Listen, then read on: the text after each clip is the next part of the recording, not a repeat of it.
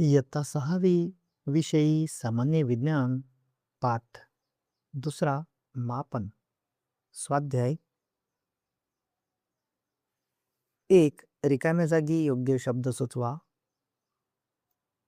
यामध्ये एक तापमान मोजण्याचे साधन म्हणजे तापमापी असते.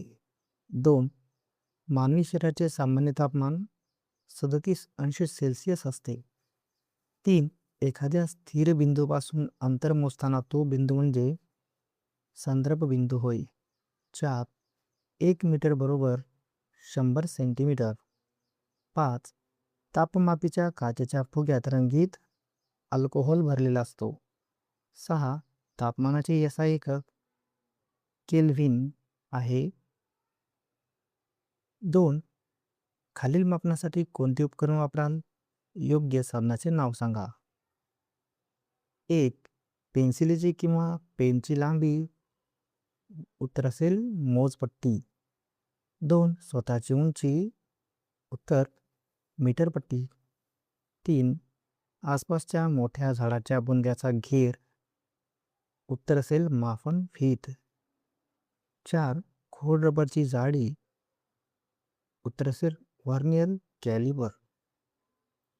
3 माझी जोडी सांगा. गट अ आणि गट ब. उत्तर असेल 1 लांबीचे SI एकक मीटर. 2 संशोधनासाठीच्या प्रयोगात वापरले जाणारे तापमानाचे एकक केल्व्हिन. 3 तापमापीतील लाल रंगाचा द्रव अल्कोहोल. 4 हाताच्या विटेच्या सहाय्याने मापन अप्रमाणित लांबी मापन. प्रश्न 4 आहे. खालील विधाने सत्य की असत्य ते लिहा.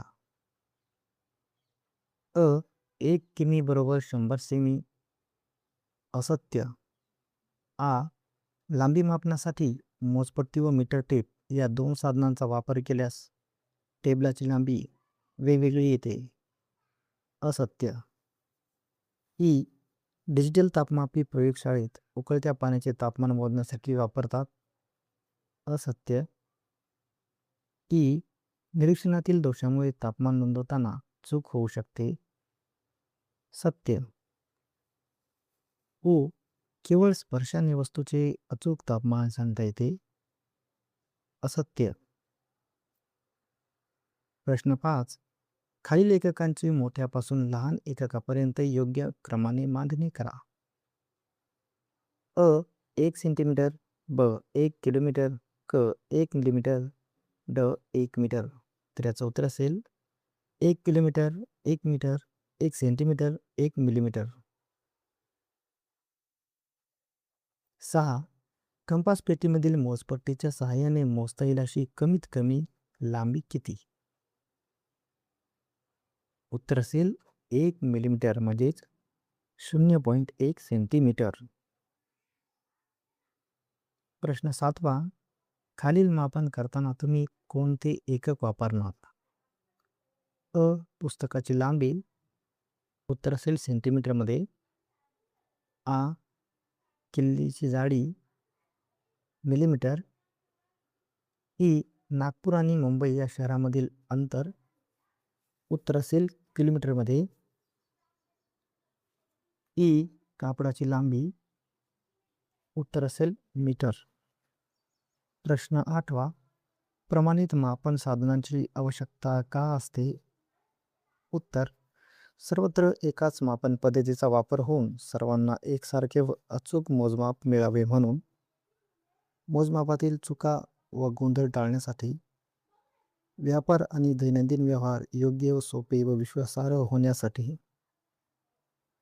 9 अंतर वजन आकारमान मोजण्यासाठी तुमच्या परिसरात पूर्वी वापरत असलेल्या मापांची माहिती मिळवा.